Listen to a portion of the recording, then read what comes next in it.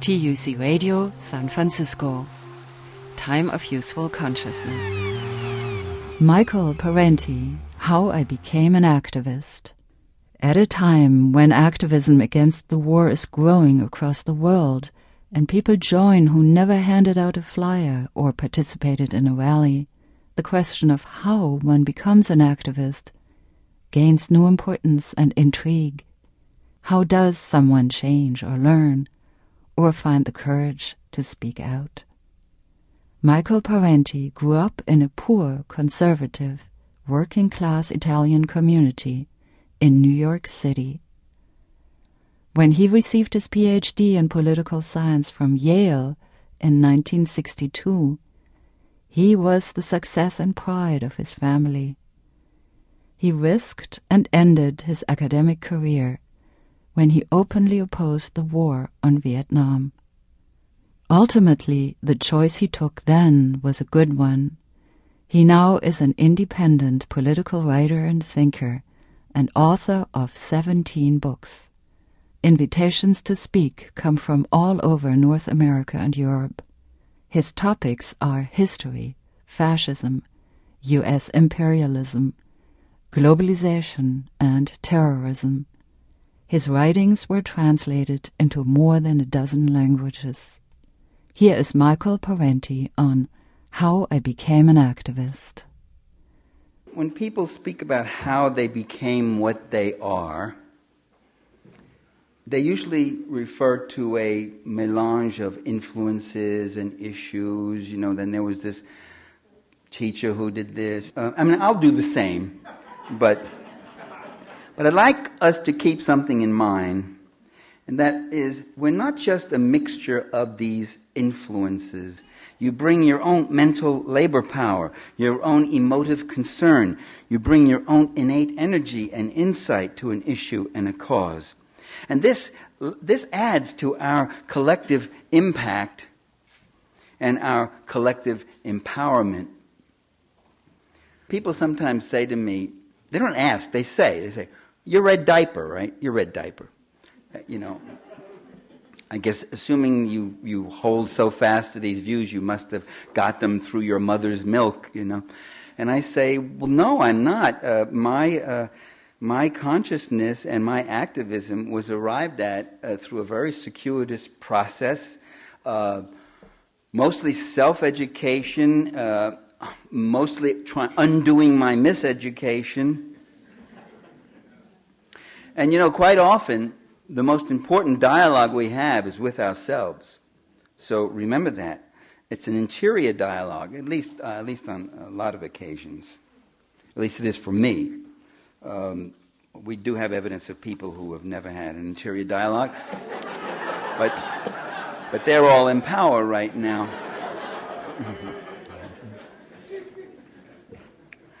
I always thought that red diaper babies are very lucky. I'll give you two examples of red diaper babies that I know. One of them is my son, Christian. The other red diaper baby I know, I think he's red diaper, is Ralph Nader. He says, my father, Ralph Nader's talking now, he says, my father, and I'm saying, hey, Ralph had a father. I just didn't think of him in those terms, but of course he had a father. He said, my father once said to me, Ralph, he said, capitalism doesn't fail because it always has socialism to bail it out. It's a very good insight. Namely, that means that, and you see it happening today, that the corporations have the bailouts of the collective wealth. They get in fact, bailouts. They're called bailouts when they're toward bankruptcy. They get tax write-offs. They get direct subsidies. They get research and development subsidies. They get export subsidies. They get loan guarantees. You can go on. I don't even have the list. So they feed off the collectivity that they're constantly denouncing and saying collectivism, individual initiative. They've got their hands in the public trough right up to their elbows and their necks. Now, in my home, My home was relatively politically impoverished. It was a blue-collar, Italian-American, working-class, low-income. We were really poor. Money was a constant problem and a concern, which itself is a political lesson that one kind of learns in one's gut, really. Not in this society, not that much in your head. I mean, there was some good knockdown, drag-out fights about Mussolini and the war. I remember those between my uncles and various people. And then there was the Depression and the poverty and the fear of that depression. But generally, it was a rather provincial existence. I mean, there was a candy store and the handball court and the backyards and the street. I was a street kid. I lived in the streets. I learned to fight. There were a lot of fist fights. We used to beat the brains out of each other.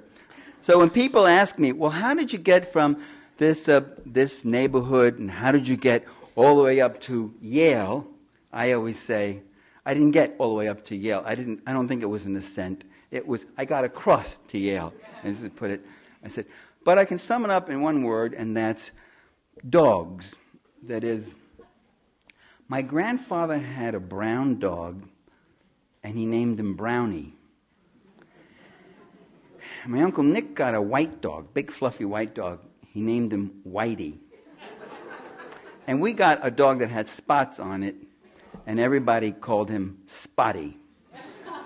And that was the level of imagination in my family.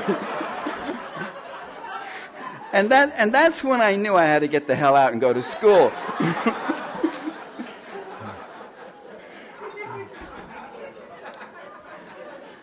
The other explanation is, I didn't do it all on my own. How did you do this all on your own? I didn't. The other explanation is that it wasn't self-made. I mean, this society is full of mythologies about self-made man. He's a self-made man. Nobody's self-made. I could never have gotten close to getting any kind of education if there hadn't been, for generations, untold numbers of people, like a lot of the people in this room, whose names I don't even know, who fought for the principle of public education. You know, I was just 3 generations back from not only a grade school education, but a public education at the college level. That was the only way I went to college. In fact, I couldn't even go to college at first. I'll get to that in a minute. But what we're saying here, and then even pressuring for the stipends and the fellowships at Yale, I couldn't have gone to Yale if I hadn't gotten support from them. So, there's 2 things we've got to keep in mind here. First, in anybody's socialization process, there's a self-generated component to all accomplishment. There is a certain thing that the person is doing, synthesizing everything I said before, and putting some creative input into it.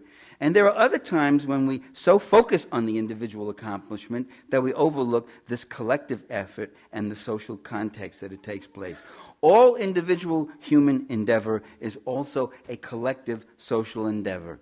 When I was in high school, I began to get vaguely interested in politics, and I thought of myself as a Republican. I thought that would get a real laugh, but I guess it didn't.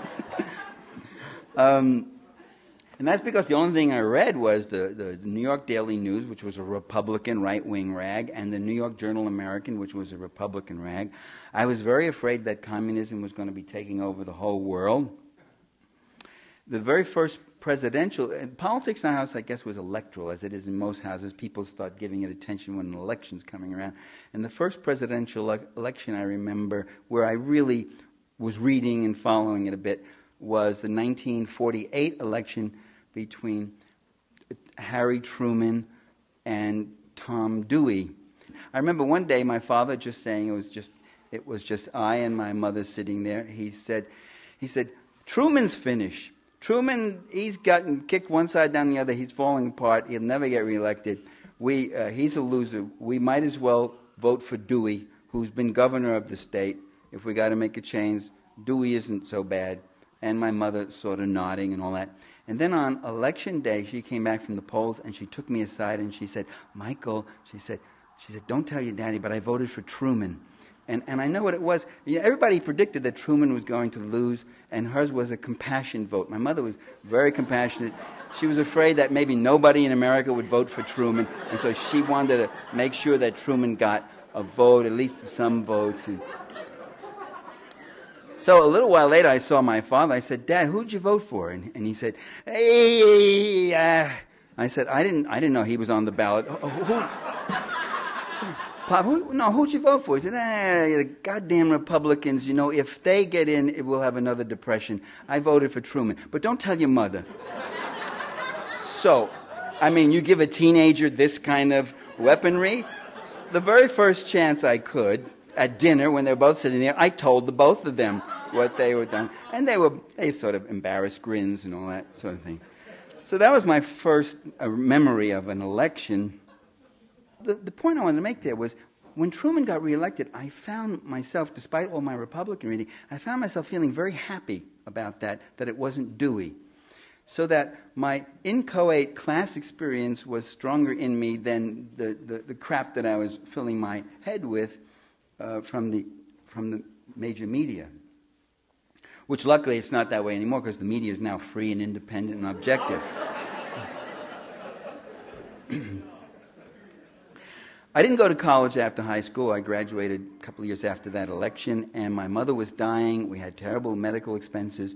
We never heard of health insurance, and a lot of people today still haven't heard of health insurance. So I went to work.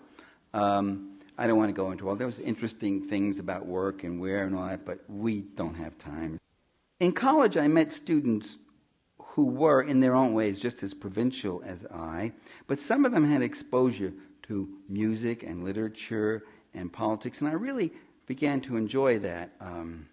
I would go down to the gym on 23rd Street and box, because as I say, East Harlem, if you're going to walk the streets with your head up, you had to know how to fight. And here I was in college, and I would go down, and I never tried for the team, just sparring, And then after that, I would meet my girlfriend, and we would go to the Irving Burton modern dance thing, and I would do modern dance with her and other people, and I said, boy, these are two worlds. I'm not sure I fit in either of them. I don't quite know what's going on. But it was kind of interesting to see all these kind of new and different things, and to hear some of these kids talk about things, political experiences. So by then, I actively supported Adlai Stevenson in 1952. I was a liberal. I worked for the Liberal Party in New York, but I was still an anti-communist. The religion of that was still there. One of the real crucibles in my life was the civil rights movement. It was really one of the great political struggles that moved me, as it did so many other people.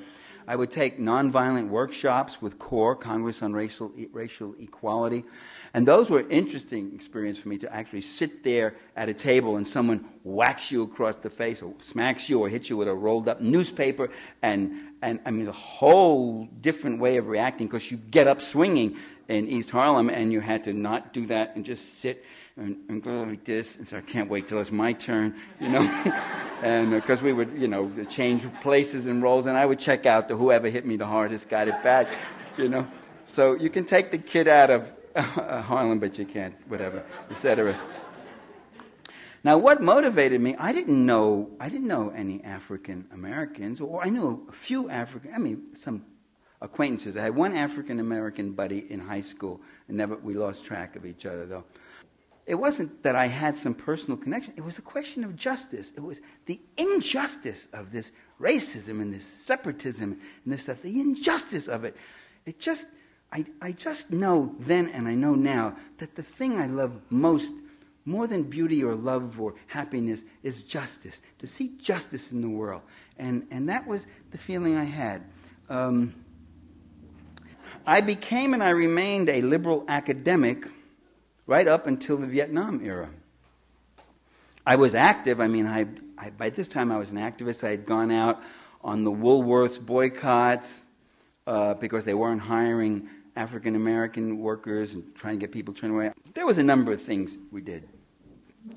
Well, along with the civil rights movement and the anti-McCarthyism, I was right there at the height of McCarthyism, and we did fight all that stuff. Later on was the Vietnam War, and that became the other impact on me. I began to question the war. And then I began to question the leaders who produced this war. And then I began to question the system that produced these leaders. And that's when you cross the line and you say, what is this about? I demonstrated, I picketed, I blocked a draft board. Remember a draft board center in New Haven, Connecticut, and the police grabbed me and pulled me through this hallway. One cop holding me here, one cop here. The one holding me here had his club. He said, I'm going to kill you, you dirty communist bastard. I'm going to kill you. And the third cop was coming and hitting me in the stomach, with his club.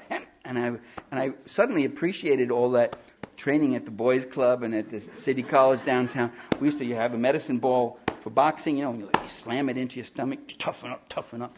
And so I would do that every time he hit me. And so it wasn't too bad. But threw us in the paddy wagon, and I said, wow, it's good to really firsthand experience democracy in action, Yeah. During the Kent State days, we had huge demonstrations.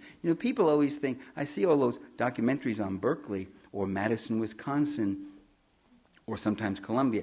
There were schools all over the country where these things were happening. Even some of the same kinds of personalities of the student leaders or faculty leaders, protesters, whatever else. And the same kind of events, the police and this and that. And you couldn't predict it. It was a really remarkable, exciting time. All sorts of people. In Urbana, the fraternity guys were having special teach-ins against the war. The jocks, some of them were. It's a very interesting thing. You can't really predict. There's something about the people where they synthesize and electrify and mobilize each other and begin to do all sorts of things that weren't expected. It was in Champaign-Urbana where my academic career pretty much ended because I got beaten up by the police. We were blocking a driveway, and I mean badly beaten. I was hit, bloodied, my whole head covered. The state troopers had clubs like this that were about that thick, and they were coming down. And one of them, they were up on the side, and one of them came right down to hit me right here on the top of the head, which would have killed me. But someone else, another trooper, hit me on the side here. That tilted my head, so his blow hit the corner of my head. And I heard this guy in the jail say, if I had gotten a good first clean lick on that guy, he'd be a dead man now. And then I heard a couple of other people standing there in civvy clothing saying, that's Parenti. Now the chancellor will want us to throw the book at him. Let's hit him with everything. Plus, when you're that badly beaten, they have to justify the beating by trumped-up charges. Mob action, felonious assault, blah, blah, blah. And the chancellor who wanted the book thrown at me was Jack Pelterson. When I moved out here to Berkeley, the chancellor at Cal here was Jack Pelterson. I said, am I having a recurrent nightmare? What is this about? No. So I was found guilty. They brought in state troopers who said that I had punched out this state trooper who was 6'2", and so I was sentenced to 2 years in prison. What saved me was I got probation. I was already out of the state and teaching at the University of Vermont. There was a big flap there, and I'm not going to go into all the war stories, but there was a constant struggle and a constant fight. And what the system does is they attack ad hominemly. They attack the protesters. So they make the protester the issue rather than the things we're protesting. So to make that whole long story short, I've been kicked out of some of the best universities in America.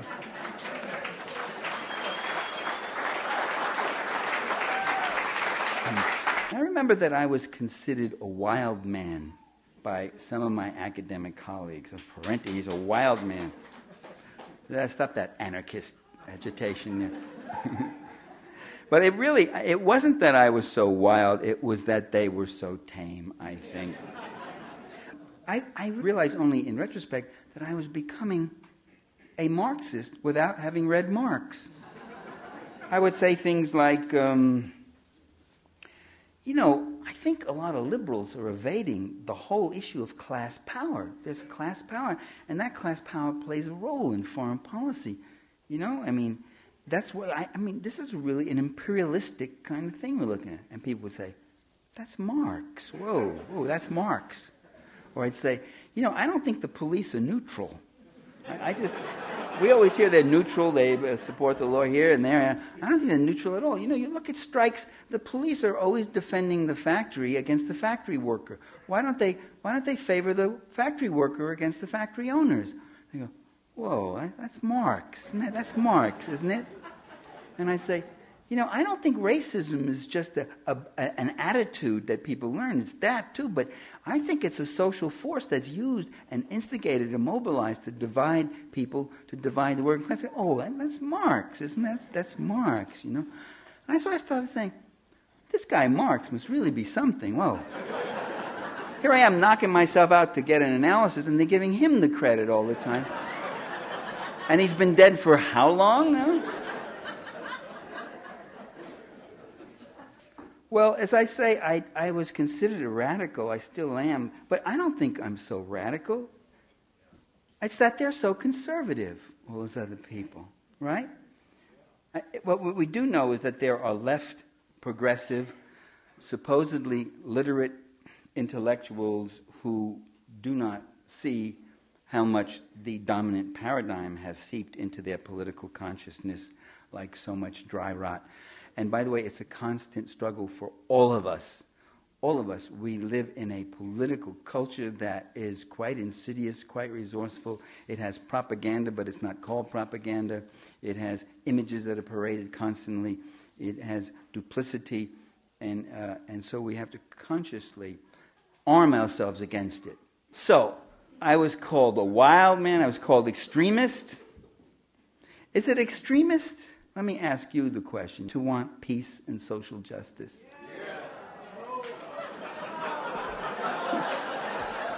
You see, I have to guard against it. Some of you have to learn the English language again. The extremists are already in power. These guys are not conservatives. They are reactionaries. They are reactionaries. They are consciously...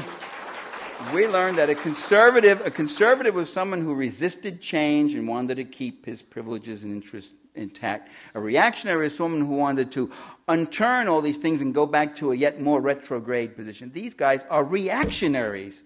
They want to bring us back to 1900. They want to destroy all the gains we made in the social net and human services. They want the conditions of labor. They want to destroy all that. They want everything for themselves. They are ruthless reactionaries, and they play for real, and for keeps.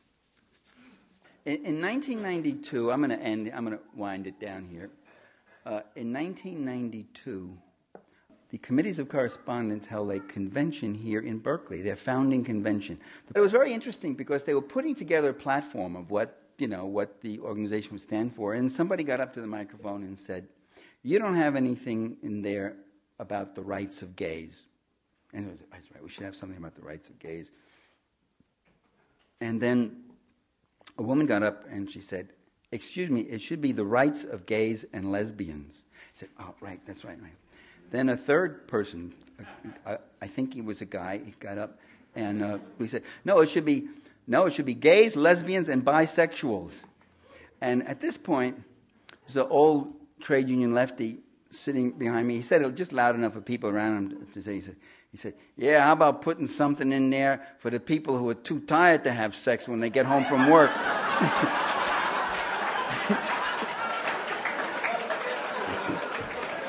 Ladies and gentlemen, that's who I speak for.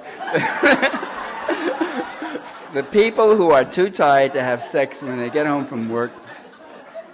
I'm saying it allegorically. It's the people, it's all of us who are too tired for the way our society and the good things that we want and our environment have been pulverized. The struggle is between those who want to use the world's land, labor, technology, natural resources, and markets for a capital accumulation process that increasingly enriches the few, as opposed to those who want to use these things for collective betterment, for the well-being of the many. Well, does it make any difference what we do? It makes all the difference in the world. If we did nothing, the reactionaries would have already had us back to 1900 in their program to third worldize the United States. Unless we resist and keep resisting and build our numbers, they will grind us into the dust. Does it really matter what we think or say? They ignore it anyway. They don't care what we think. Oh, they care all the time. Oh, boy, do they pay attention. Oh, boy, are they watching. They're crafting every statement they make. They're crafting and manipulating and watching all the time. They're surveilling and doing all that. They know that they stand on our shoulders, and if we ever give a collective shrug, they will be off. Ultimately, if we can change the minds of masses of people, there will be no armies for the ruling elites. There'll be no taxes. There'll be no instruments of repression. So we've got to keep fighting. I said to you I wouldn't have any Antonio Gramsci quotes, but I'll give you one because you've been such a nice crowd. Gramsci said we must always have a pessimism of the mind, realize how tough and how bad things can be, but an optimism of the will. So let's have an optimism of the will, and thank you so much for your kind attention.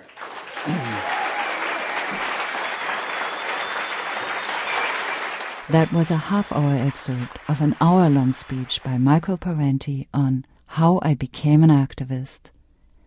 He was recorded in the summer of 2003 in Berkeley by Brian Barry.